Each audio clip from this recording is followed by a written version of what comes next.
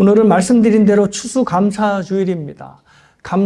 추수감사라고 하는 이 영어 뜻이, 영어의 말이 땡스기빙으로 되어 있는데요. 그러니까 뭐 땡스와 기빙의 말이 합쳐져서 이제 이렇게 땡스기빙 데이라고 이제 우리가 칭하게 되었습니다. 그러니까 말 그대로 땡스 for giving이죠. 그러니까 하나님께서 우리에게 주신 것에 대하여 이제 감사하는 특별한 주일입니다.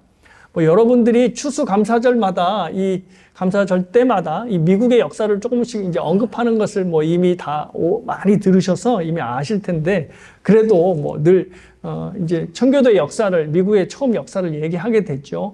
지금으로부터 대략 한 400년 전에 영국 청교도들이 이제 영국 국교회의 박해를 피하여서 이제 신대륙인 미국으로 건너오게 됩니다. 그래서 그 유명한, 여러분 잘 알고 있는 메이플라워호를 타고 미 동부의 매사추세츠에 있는 지금의 플리머스라고 하는 항구에 이제 도착을 한 것이지요. 이제 그들이 도착한 신대륙의 항구 역시도 이제 플리머스라고 이름을 지었습니다.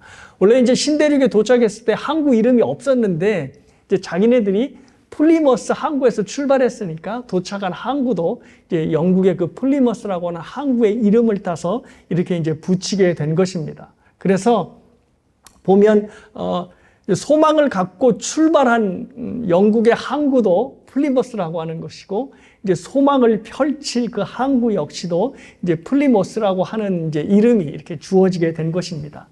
그래서 여기서 이제 우리가 소망을 품고 자기들이 하나님께 약속드린 모든 꿈들을 펼쳐가리라, 이렇게 이제 시작을 했는데요.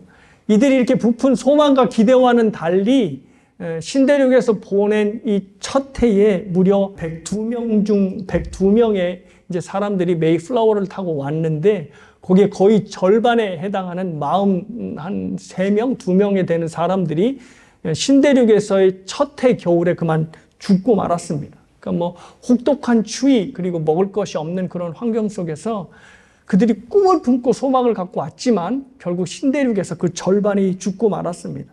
그러니까 절반이 죽은 첫 해 겨울에 그들이 이제 신대륙에서 아주 혹독한 시작을 시작하게 된 것입니다.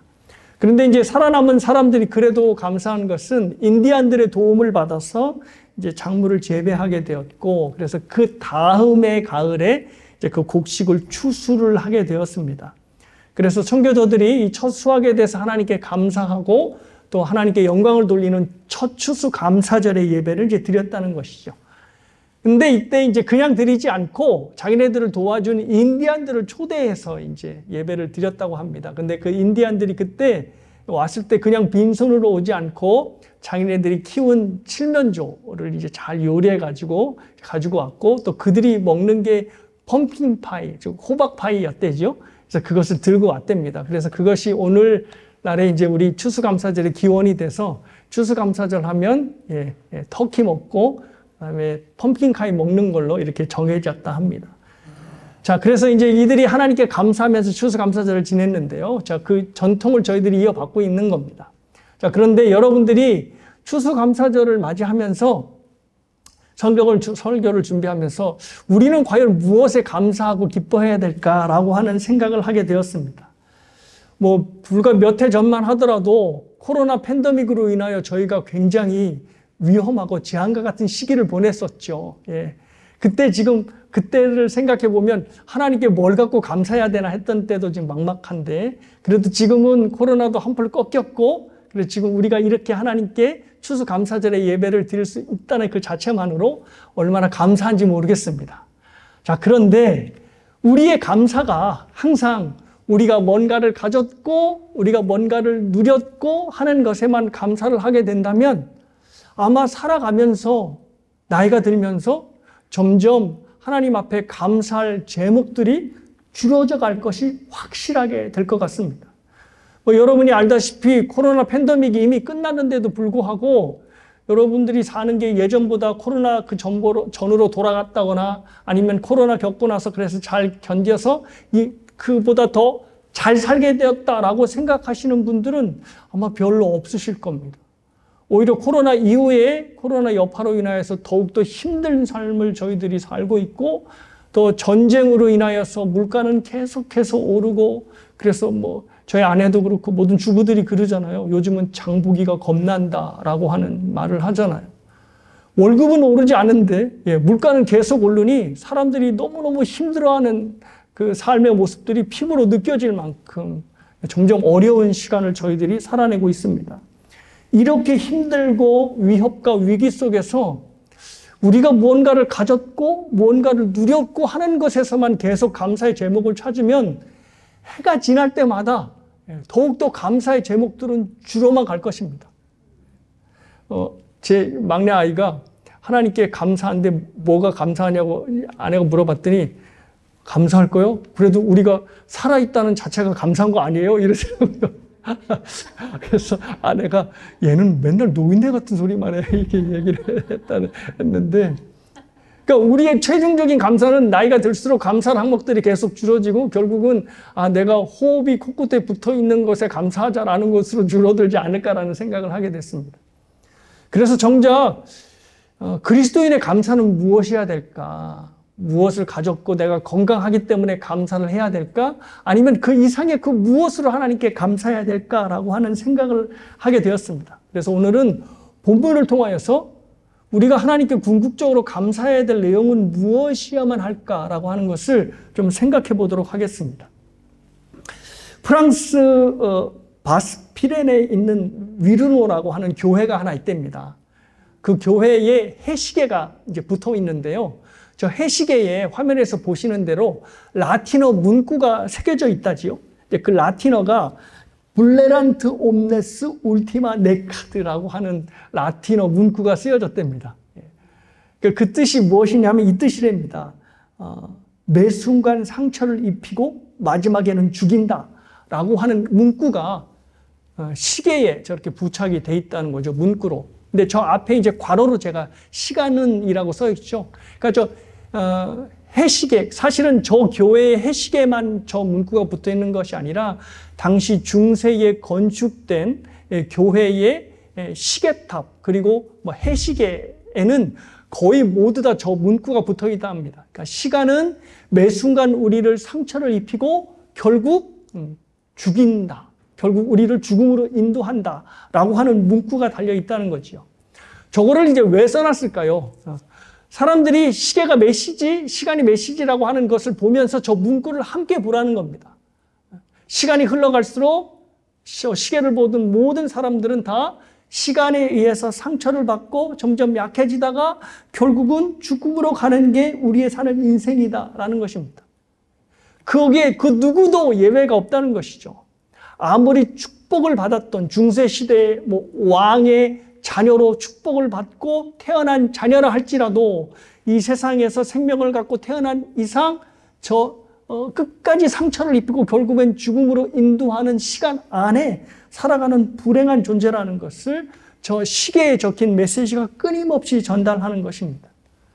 그러니까 저와 여러분뿐만 아니라 이 땅에서 살아간 모든 인간들이 죽음을 향해 질주하고 있는 시간이라고 하는 기차를 올라타고 계속해서 인생을 살아가고 있는 것입니다. 그래서 매 순간 시간이 주는 상처를 입고 약해지다가 결국은 죽고 마는 인생을 사는 것이 모든 인간의 정해진 운명이라는 것입니다.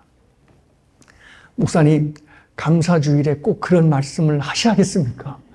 감사주일에 행복하고 기쁜 내용만 꺼내놔도 지금 부족할 판에 왜 우리 모두 다 죽음이라고 하는 기차에 올라타서 질주하고 있습니다 라는 얘기를 해야만 하겠습니까? 그거를 생각해야지 우리가 진정으로 하나님께 감사할 것이 무엇인가를 찾을 수가 있기 때문입니다. 저 해시계의 문구대로 시간 안에 살아가는 모든 우리는 결국 약해지다가 죽고 맙니다. 그래서 인간으로서 이 땅에서 하는 모든 일들, 시간 안에서 하는 모든 일들이 그래서 바로 허무해지게 되는 것입니다.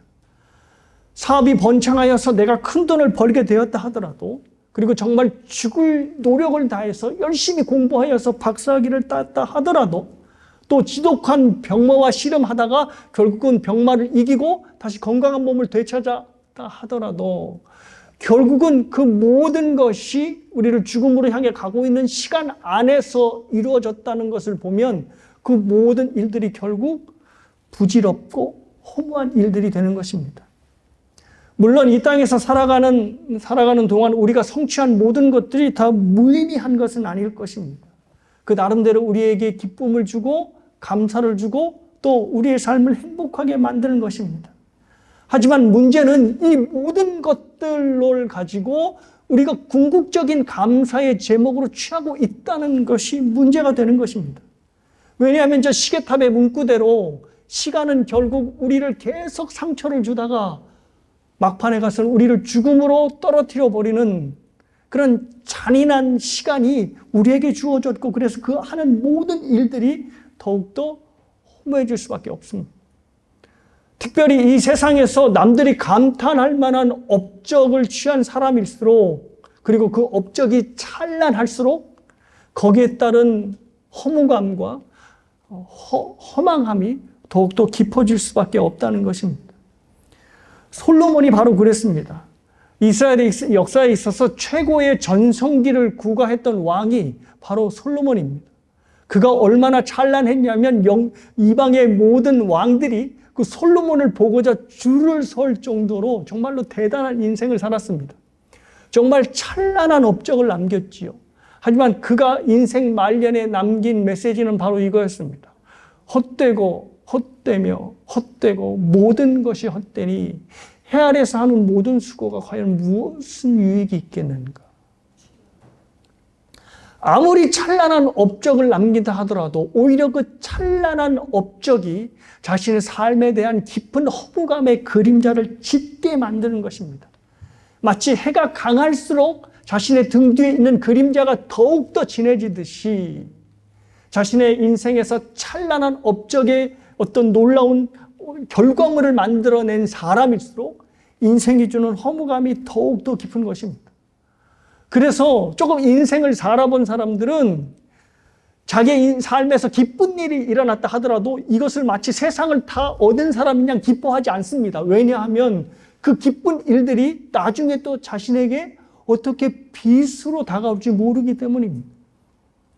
그리고 성경에도 사실 이러한 사건이 있습니다.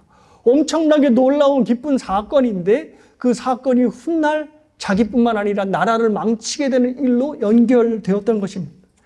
그 성경의 예가 바로 남유다의 히스기야의 왕 이야기입니다. 히스기야는 사실 남유다에 있어서 가장 대표적인 왕이었고요. 가장 선한 왕이었고 믿음에 있어서 출중한 왕이었습니다. 그런데 그 당시에 이미 북이스라엘은 멸망한 지도 오래되었고, 그래서 끊임없이 아수르라고 하는 신흥 제국에 의해서 계속 협박을 받고 위협을 받아왔습니다.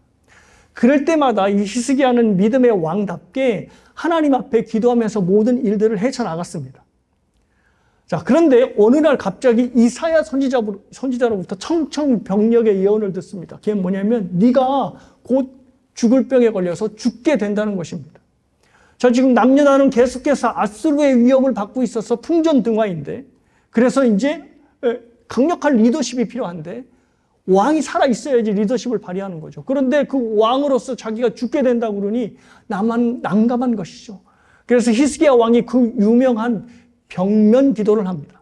그러니까 벽을 딱 향하여서 벽만 바라보고 기도를 하는 것이죠. 다른 거 바라보지 않고 오히려 오직 벽만 보고 하나님만 의지하면서 기도하겠다라고 이제 기도를 하자, 이제 하나님께서 그의 기도를 들으시고 그의 생명을 무려 15년, 그렇죠. 15년을 연장시켜 주십니다. 와, 그죠? 또 이 15년 동안에 히스기야의 왕위를 이을 아들을 이제 갖게 만들었습니다. 그러니까 15년 동안에 겹경산 거죠. 생명이 연장되고 또 자신의 왕위를 이어받을 아들이 태어났으니 얼마나 놀라운 일입니까? 그런데 그 일이 오히려 이스라엘을 패망으로 인도하는 일로 연결되게 되었습니다. 그 아들이 바로 누구냐면 그 유명한 악명 높은 므낫세라고 하는 아들이었습니다. 이 므낫세가 얼마나 악하냐면 히스기야 왕이 개혁한 모든 개혁들을 다 뒤집었습니다. 우상도 다 부셨는데 히스기야 아버지가 부신 우상을 다시 다 세우고 심지어 그것도 모자라서 성전 안에다가 우상을 세웠습니다. 그리고 이 사람이 얼마나 우상을 열렬히 숭배했냐면 자신의 자녀까지도 우상의 제물로 바치는 일까지 행하게 된 것입니다. 그리고 이스라엘을 얼마나 폭정을 했는지 성경에 무죄한 자의 피가 예루살렘에 가득했다라고 기록할 정도로 폭정의 끝을 달렸습니다.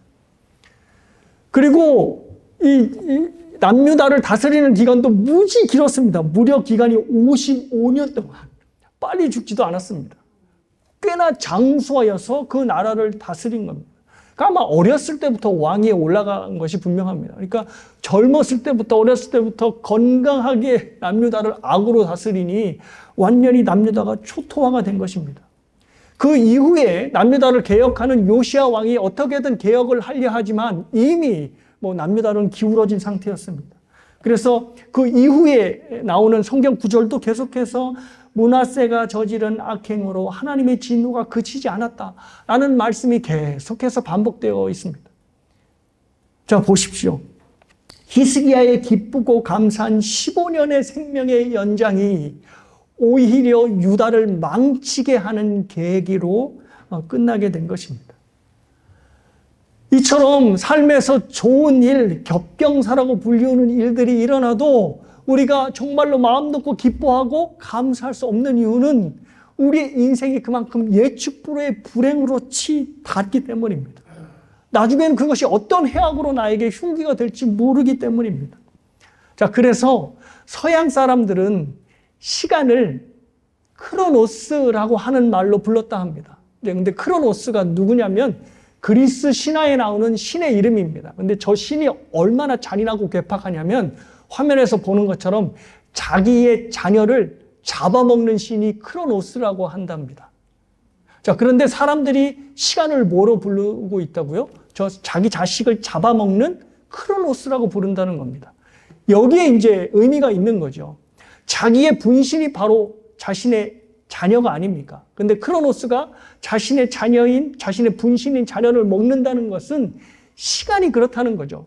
해시계의 문구처럼 자신을 계속해서 죽이고 상처를 내는 것이 시간이니 마치 자기의 분신을 잡아먹는 크로노스, 시간처럼 많은 사람들이 이 시간 안에 잡혀먹히는 인생을 살고 있다라고 이해한 것입니다.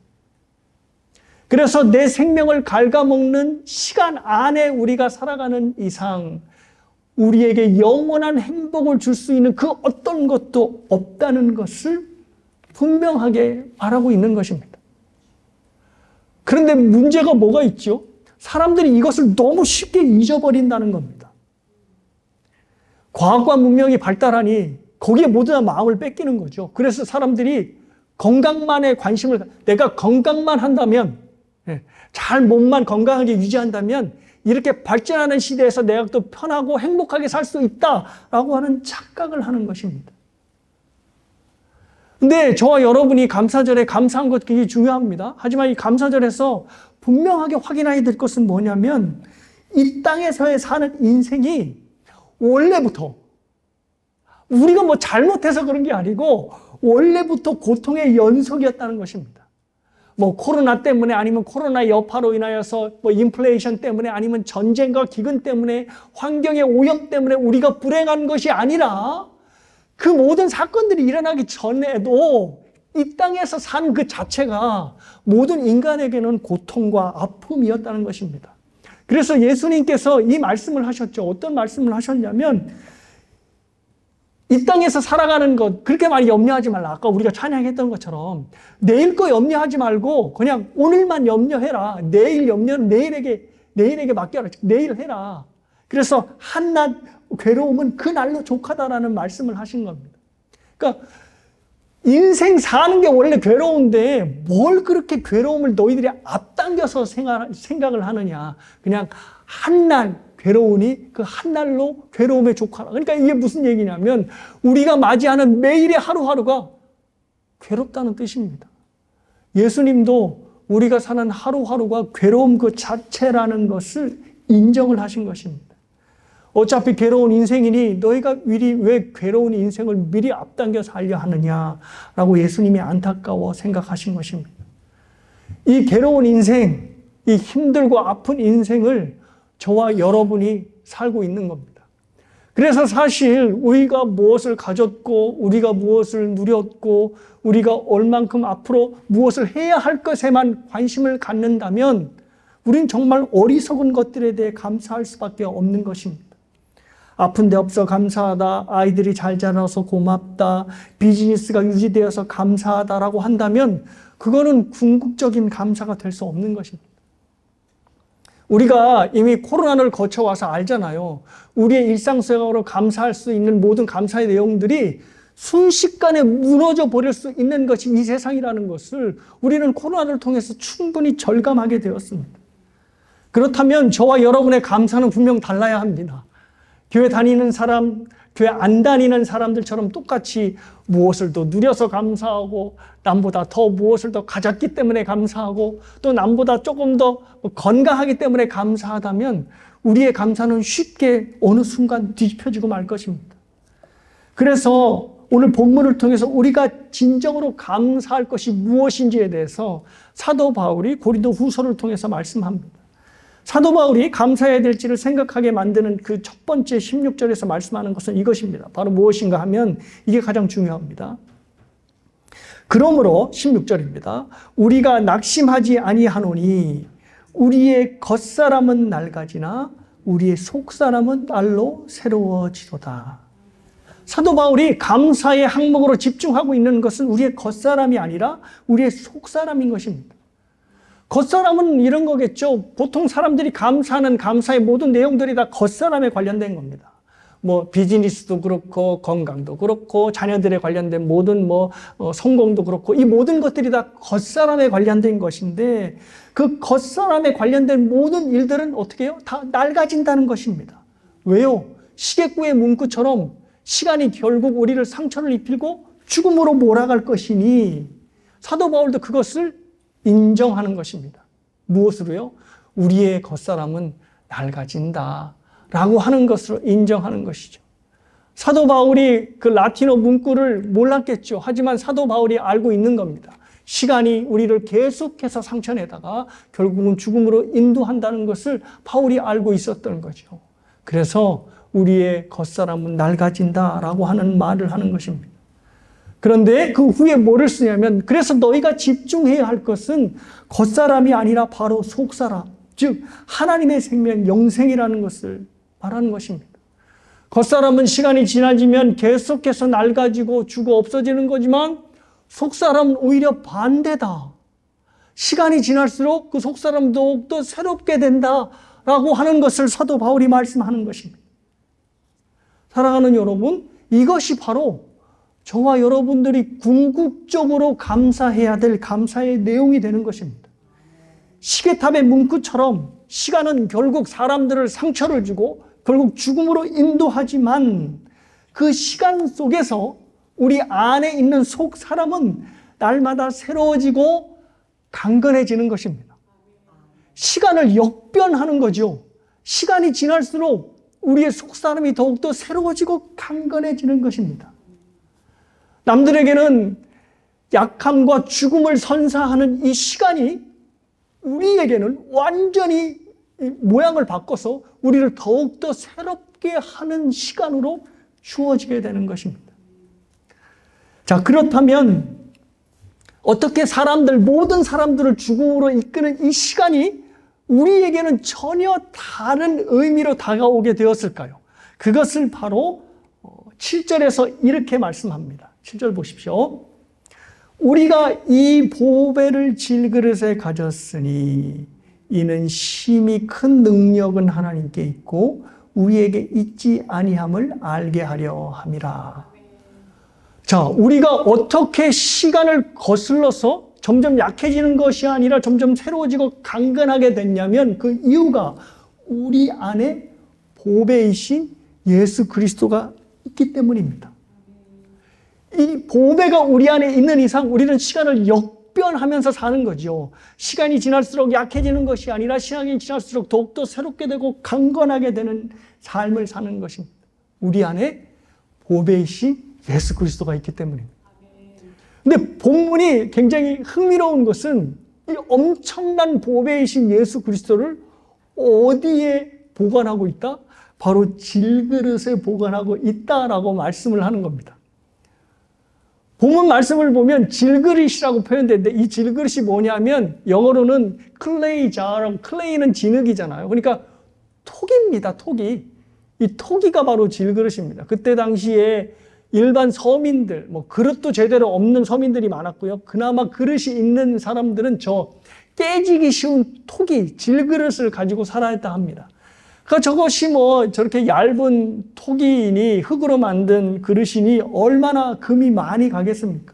그러니까 쉽게 깨지는 거죠. 그래서 어떤 성경에서는 fragile clay jar, 그러니까 fragile은 깨지기 쉽다는 거거든요. 깨지기 쉬운 토기라고 의역을 해놨습니다.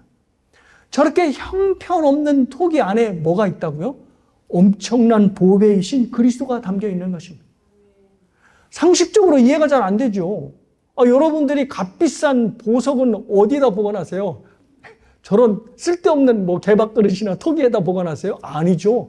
아주 걸맞게 아주 이쁜 보석함, 뭐 명칭도 따로 있잖아요. 보석함에다가 놓습니다. 그러면 예수 그리스도라는 엄청난 이 보배는 더욱더 놀라운 보석함에 넣어야 될 것 같은데 질그릇에 담아 보관한다는 것입니다. 그 질그릇이 바로 누구죠? 바로 우리라는 겁니다. 그러니까 우리가 깨어지고 상처받고 또 갈라지는 아주 형편없는 질그릇인 건 맞는데 그 질그릇이 질그릇으로 끝나지 않고 엄청난 보석함이 될 수 있는 이유는 그 질그릇 안에 예수 그리스도가 담겨 있기 때문입니다. 사도 바울은 그 이유를 7절 하반절에서 이렇게 얘기합니다. 큰 능력이 하나님께 있고 우리에게 있지 아니함이라 라고 말씀을 하는 겁니다. 질그릇이 약하면 약할수록 어떻게 해요? 우리의 강함이 드러나는 것이 아니라 그 안에 있는 보배의 강함, 화려함, 찬란함이 드러나게 되는 것이죠. 자, 이런 그림 한번 생각해 보십시오. 질그릇이니까 금이 갔습니다. 갈라졌죠. 그래서 심지어 안이 훤히 들여다 보입니다. 그런데 이 질그릇 안에 안이 훤히 보이다 보이는 금간 질그릇 안에 예수 그리스도의 보배가 담겨 있습니다. 그러니 어떻게 됩니까? 저 갈라진 토기의 틈 사이로 예수 그리스도의 찬란한 빛이 흘러나오는 것입니다. 이게 역설입니다. 저 질그릇이 더욱더 약할수록, 더욱더 금이 많이 가져 있을수록, 더욱더 부서져 있을수록 어떻게 될까요? 그 안에서의 보화의 빛은 더욱더 환하게 빛이 나는 것입니다. 그래서 저와 여러분은 강해져서는 안 돼요.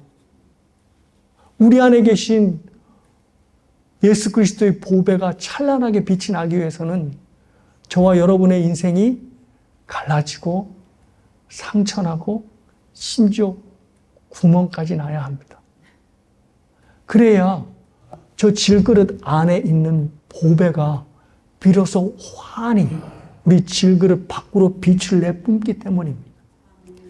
그래서 사랑하는 여러분, 하나님은 우리 안에 계신 예수 그리스도의 보배를 들춰내기 위하여서 질그릇인 우리의 인생에 상처가 나는 일들을 때때로 허락하신다는 것입니다. 왜냐하면 상처가 나야 저 안에 있는 보화가 빛이 나기 때문입니다. 우리의 속사람이 시간이 지날수록 더욱 강건해진다는 것이 바로 이런 의미입니다. 우리의 겉사람은 낡아져서 금이 가고 상처투성이가 되어가면 되어갈수록 우리의 속사람에 담긴 예수 그리스도의 보물의 빛은 날마다 더욱더 강력한 빛을 발휘하게 된다는 것입니다. 갈라지고 상처 많은 겉사람의 사람일수록 그 안에 있는 예수 그리스도의 보화는 더욱더 드러나게 되고 그것을 통하여 저와 여러분의 속사람이 더욱더 강해지고 그로 인하여 하나님께 감사할 수 있는 항목이 생기게 되는 것입니다. 그래서 사도 바울은 이것을 무엇이라 얘기하냐면 17절에서 우리가 잠시 받는 환난에 경한 것이 지극히 크고 영원한 영광에 중한 것을 우리에게 이루려 함이라는 말씀을 합니다. 너희가 지금 당하는 고난이 엄청나게 큰 것 같지? 아니야, 큰 거 아니야.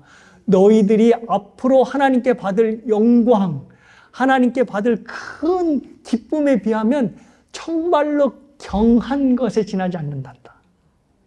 그러니 삶에서 당하는 모든 아픔과 고난을 너무 큰 거로 생각하지 말고 이것을 경한 것으로 여기라 라고 말씀을 하는 것입니다. 사랑하는 여러분, 이것이 바로 힘겹고 어려운 삶을 살면서 우리가 하나님 앞에 진심으로 감사해야 할 내용이라고 생각합니다. 우리의 감사가 건강과 물질과 사업과 같은 겉사람에 관련된 모든 감사에 한정된다면 우리의 감사는 분명히 널뛰기의 감사가 될 것입니다. 어느 날에는 감사했다가 어느 날에는 하나님께 원망했다가, 그리고 우리의 감사는 늘 상대적인 감사가 될 것입니다. 자기보다 약간만 괜찮은 사람만 보면 저 사람은 저렇게 사는데 나는 왜 이 모양이 꼴인고 하면서 한탄할 수밖에 없는 것이죠. 근데 사람이 이상한 거죠. 그러면 자기보다 못한 사람을 계속 보면 감사하게 되잖아요. 근데 못한 사람은 또 안 봐요. 자, 그래서 요즘 SNS 많이 하잖아요. 그래서 어디 놀러 간 사진도 찍어 올리고, 무슨 산 것도 찍어 올리고, 계속해서 맛있는 거 식당 가면 또 찍어 올리고 하잖아요. 그래서 SNS를 많이 하는 사람일수록 더 우울하답니다. 왜냐하면 그 사진 보면서 쟤들은 저렇게 행복한데 나는 왜 이렇게 불행하지? 라고 그 사진 보면서 그렇게 경험한다는 겁니다. 그래서 그래서 현대인들에게 더 많은지도 모르겠습니다. 왜냐하면 기쁨과 감사가 다 뭐에 향해 있기 때문에 겉사람이 강건해지고 겉사람이 잘 되고 겉사람이 더욱더 새롭게 되는 것으로, 그런 것에 감사가 몰려 있으니 나이가 들어도 계속 카톡 사진에 20대 사진, 30대 사진 올려놓잖아요. 제발 제가 여러분께 그런 부탁드렸잖아요. 카톡 사진에, 그리고 다른 SNS 사진에 젊었을 때 사진 좀 올려놓지 말아라. 이게 왜냐하면 성경의 메시지와 역행하는 거예요. 성경은 어떻게 해서 바울이 우리의 겉사람은 낡아지나 우리의 그러니까 겉사람이 낡아지는 것이 전제가 돼야 돼요. 근데 많은 사람들이 겉사람을 낡아지게 하려고 생각하진 않아요. 왜? 겉사람이 강한 게 결국 행복이다라고 생각하기 때문에. 그래서 주름 땡기고 피고 주사 맞고 별 쇼를 다 하는 거 아닙니까? 근데 우리의 속사람이 강해지기 위해서는 우리의 겉사람이 낡아져야 해요. 그 사실은 이 중에서 제일 속사람이 건강한 사람이라고 한다면 그건 분명히 나이 순이어야 돼요. 왜냐하면 나이가 들수록 더욱더 겉사람이 약해지니까 약해질수록 우리의 속사람은 강건해져야 되는 거잖아요. 저와 여러분이 바로 이런 속사람이 새로워지고 강건해짐을 경험하였으면 좋겠습니다. 날이 거듭되는 삶의 고단함, 위험함으로 시름과 한숨이 우리의 삶에서 깊어지고 있다면 우리가 놓치는 것은 그것입니다. 뭐냐면 우리의 속사람이 강건해지고 새로워지는 것을 자꾸 놓치는 것입니다. 아내랑 요즘 자주는 아니지만 그래도 일주일에 한 번씩은 꼭 산책을 하려 합니다. 그런데 아내가 걸을 때마다, 죄송합니다. 참고로 저희 교회에서 제일 젊은 사람들은 아내와 저입니다. 그럼에도 불구하고 아내가 이렇게 무릎이 시원찮아요. 예.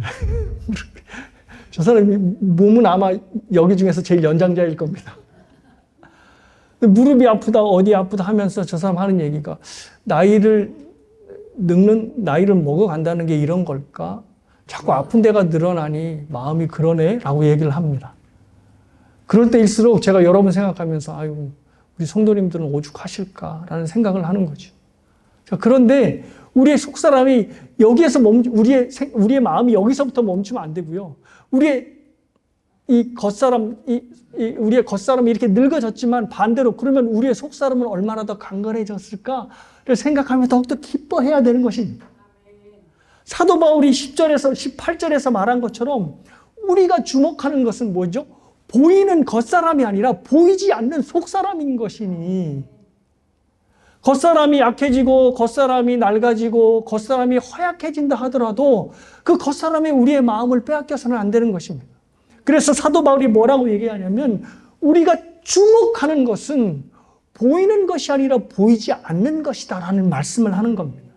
여기서 주목하다라고 하는 헬라어가 스코페오라고 하는 단어인데요. 이 주목하다라는 것은 뚫어지게 보는 겁니다. 뚫어지게 보는 것. 그러니까 우리가 뚫어지게 봐야 될 것은 거울을 보면서 내 얼굴에 주름이 몇 개가 생겼나, 흰머리가 몇 개가 늘어났나가 아니라 내 속사람이 얼마나 예전보다 더욱더 새로워지고 강건해졌냐를 뚫어지게 봐야 되는 거죠. 근데 속사람은 영적인 것이라 보이지 않잖아요. 그런데 그것을 주목하여서 본다면, 그것에 대하여 우리가 온 관심을 쏟고 있다면 보이게 된다. 그래서 뚫어지게 봐라라고, 주목하라라고 하는 말을 쓴 것입니다. 여러분, 그거 있잖아요. 관심을 갖게 되면 주목할 수밖에 없습니다. 어떤 한 목사님이 우체통이 너무 낡아가지고 우체통을 좀 갈아야 되겠다고 생각을 딱 한 다음부터 운전하면서 온통 보이는 것은 각 집에 서 있는 우체통밖에 없었다고 합니다. 이거 제가 언제 한번 예화를 했을 거예요. 그래서 야, 저 우체통은 빨갛네, 저 우체통은 무슨 새집 같네, 온통 우체통만 보인다는 거죠. 왜? 우체통에 관심을 딱 가지니까.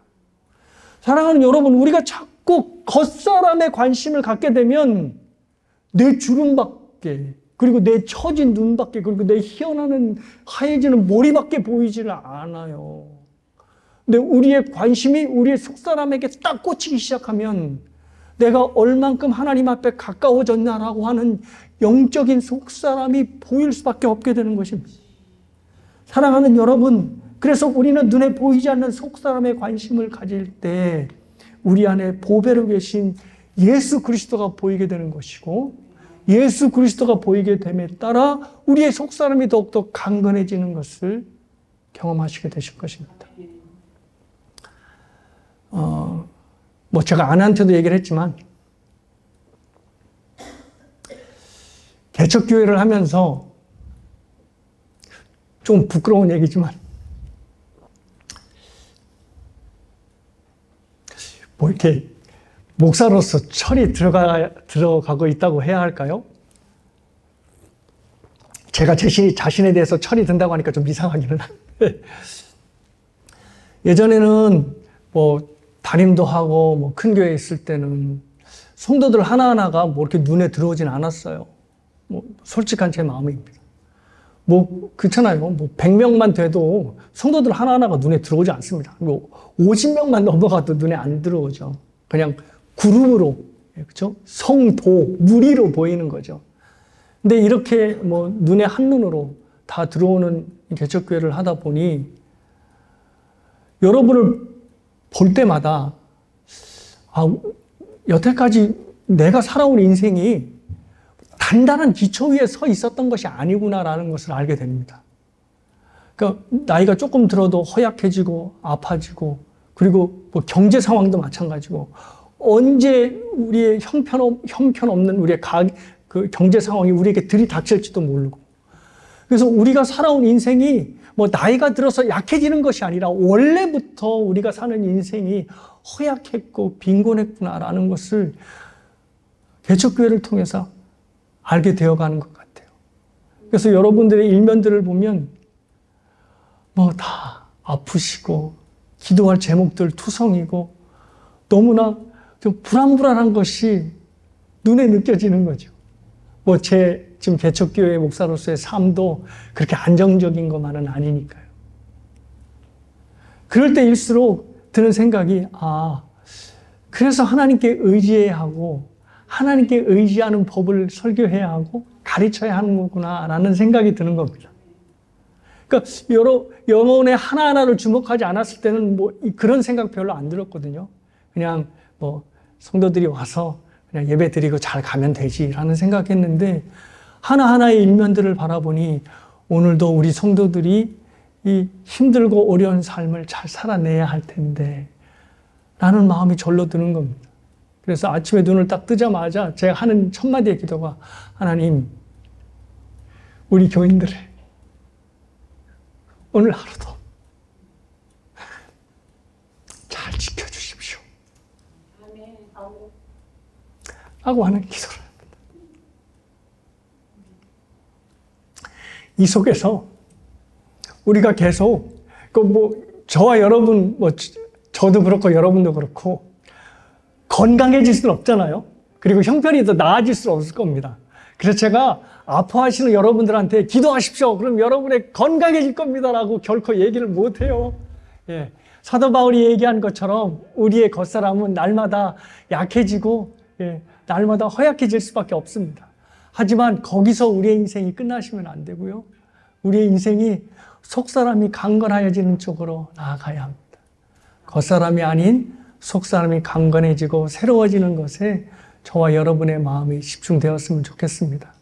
그래서 이 감사절에 우리가 이만큼 살아왔음에 감사하다가 아니라 오늘도 나의 속사람을 더욱더 강건케 하시고 새롭게 하여 주시는 하나님께 감사합니다 라고 오늘 감사하시고 이 한 주간 더욱더 감사하시는 여러분 모두가 되시길 주님의 이름으로 축복합니다.